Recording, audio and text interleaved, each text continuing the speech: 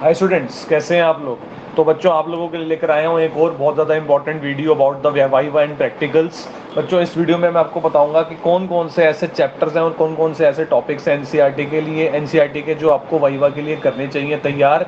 तो बच्चों, ज़्यादा लंबा वीडियो नहीं है, इसमें सिर्फ ये बताने वाला हूँ कि कौन कौन से चैप्टर्स आपको अच्छे से करने चाहिए और उनमें से कौन से टॉपिक्स आपको अच्छे से करने चाहिए, so that you can prepare well for the viva and get good marks. So बच्चों, तो पहला चैप्टर जो मेरे अकॉर्डिंगली आपको करना चाहिए, जो वाइवा के लिए अकॉर्डिंगली इंपॉर्टेंट है, वो है ऑब्वियसली हमारा सॉल्यूशंस। सॉल्यूशंस में बच्चों जो पहला ही टॉपिक है मोलैरिटी, मोलैलिटी, या फिर इवन देन आप जो है वो हेनरीज लॉ तक भी जा सकते हैं बच्चे। क्योंकि देखो, जो प्रैक्टिकल हम करते हैं, प्रैक्टिकल में हम क्या करते हैं, प्रैक्टिकल से हम सोल्यूशन बनाते हैं। तो सॉल्यूशन चैप्टर बच्चों मेरे हिसाब से आपको आना ही चाहिए। Henry's law and osmotic pressure का टॉपिक भी आप ऐड कर सकते हो इफ़ यू हैव टाइम।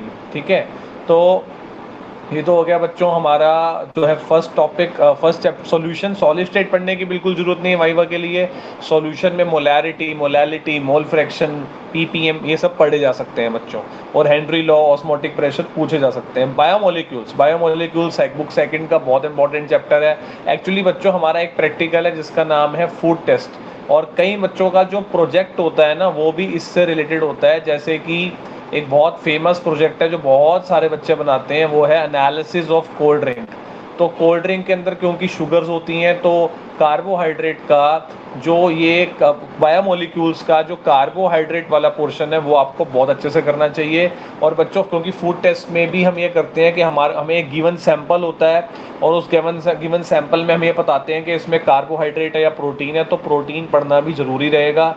खास तौर पे थोड़ा सा एक आइडिया, जैसे कि एसेंशियल अमीनो एसिड क्या होता है, नॉन एसेंशियल अमीनो एसिड क्या होता है, तो ये आपको करना चाहिए बच्चों। नेक्स्ट चैप्टर जो मैं कह रहा हूँ वो है डी ब्लॉक एलिमेंट्स। पूरा नहीं पढ़ना, मोस्टली इसमें हमें जो पढ़ना है ना, that is KMNO4 and K2Cr2O7। Students, 2021 के पेपर के लिए ये वाला टॉपिक थियरी में से डिलीट हो गया था। जस्ट मेरे बात को ध्यान से सुनना कि ये वाला टॉपिक जो है वो थ्योरी में से डिलीट हो गया था, लेकिन प्रैक्टिकल से थोड़ा डिलीट हो सकता है, क्योंकि सबसे इंपॉर्टेंट प्रैक्टिकल टाइट्रेशन वाला वो KMNO4 के ऊपर बेस्ड है। तो अगर कोई बच्चा चाहता है, उसके पास टाइम है, वो और ज़्यादा अच्छे से पढ़ना चाहता है, वो परफेक्ट वाइवा देना चाहता है, तो उसको ये वाला टॉपिक थोड़ा अच्छे से पढ़ना चाहिए कि KMNO4 और K2Cr2O7 की प्रिपरेशन, ऑक्सीडाइजिंग प्रॉपर्टी, स्ट्रक्चर, थोड़ा थोड़ा आइडिया अगर रहेगा तो that will give you a lot of confidence. उसके बाद बच्चों मोस्ट इंपॉर्टेंट है वो है अल्कोहल फिनॉल चैप्टर। क्योंकि आपको पता है कि जो डिस्टिंग्विश टेस्ट हम कर रहे हैं, जो हम प्रैक्टिकल्स में, हमें प्रैक्टिकल में एक गिवन लिक्विड होता है, उस लिक्विड में हमें ये बताना होता है कि उस लिक्विड में अल्कोहल है या अल्डिहाइड है या कीटोन है या फिनॉल है। तो ये चैप्टर पढ़ना बहुत ज़्यादा हैंडी रहेगा। खास तौर पे बच्चों मैं आपको एडवाइस करूँगा कि आप लूकस टेस्ट, आइडोफॉर्म टेस्ट और ब्रोमीन वाटर टेस्ट ज़रूर पढ़ लीजिए बच्चे। ये भी आपसे बिल्कुल बिल्कुल पूछे जा सकते हैं। ओके, तो if you want to do well, this always can add on to your knowledge, and it is important to get very good marks. Aldehyde and ketones की बात करेंगे बेटा, तो अल्डिहाइड कीटोन्स में भी आपको डिस्टिंग्विश टेस्ट पर खास तौर पर फोकस करना चाहिए। और बच्चों एक बहुत ज़्यादा इंपॉर्टेंट क्वेश्चन है इसमें कि why carboxylic acid is stronger acid than phenol. ये एक एनसीईआरटी का बिल्कुल लास्ट क्वेश्चन है, इसको भी आप फोकस कर सकते हो कि why carboxylic acid is stronger acid than phenol. Okay, तो ये मैं बच्चों आपको बता रहा हूँ कि आपको ऐसा कुछ स्कोप ना छूटे कि जहाँ पर टीचर जो है वो आपको मार्क्स कम देने के बारे में सोचे। मेरी सोच ये है। तो और ऐसे ही बच्चों एक एनसीईआरटी का क्वेश्चन नंबर 13 है आई थिंक, जिसके अंदर डिस्टिंग्विश टेस्ट के 10-11 पार्ट हैं, वो आप ज़रूर करना बच्चों। और उसके बाद है सरफेस केमिस्ट्री, क्योंकि हमारा एक जो प्रैक्टिकल है वो है सोल प्रिपरेशन। खास तौर पे सरफेस केमिस्ट्री का जो टॉपिक है कोलोइडल वाला, वो बहुत अच्छे से आप पढ़ो।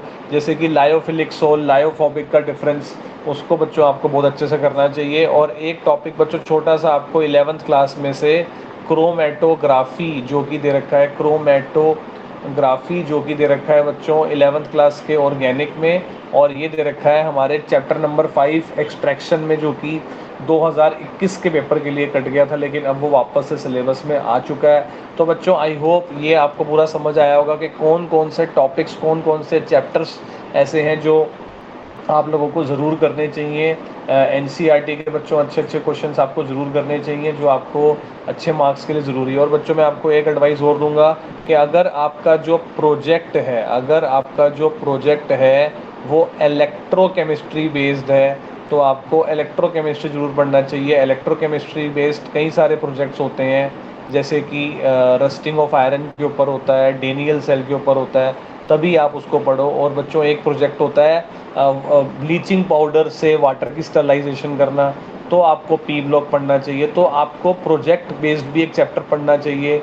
तो जो भी बच्चे का जो भी प्रोजेक्ट है अगर मेरे को आप कमेंट्स में भेजोगे तो मैं आपको बता दूंगा कि आपके लिए कौन सा चैप्टर इंपॉर्टेंट है। और मेरे को आप अपना बताएंगे तो मैं आपको बता दूंगा, क्योंकि मुझे नहीं पता आपका क्या प्रोजेक्ट है। मैंने आपको एक आइडिया दे दिया है। जैसे किसी का अभी एक कमेंट आया था तो कोल्ड ड्रिंक वाला उसका प्रोजेक्ट है, तो कोल्ड ड्रिंक के लिए बच्चों बायोमोलिक्यूल्स वाला चैप्टर मैंने उसको रेफ़र किया। तो I will really help you if you want that. So stay healthy, stay tuned. And जब भी वाइवा दो बच्चों पूरे कॉन्फिडेंस के साथ दो, आपको सब कुछ आता है। nobody can underestimate you. Just give the viva very confidently. You know everything. Always think positive. तो आपको बहुत अच्छे मार्क्स मिलेंगे। Keep on watching my videos and subscribe my channel Chemistry with Anuj Arora. Thanks a lot and do like the video. Thank you.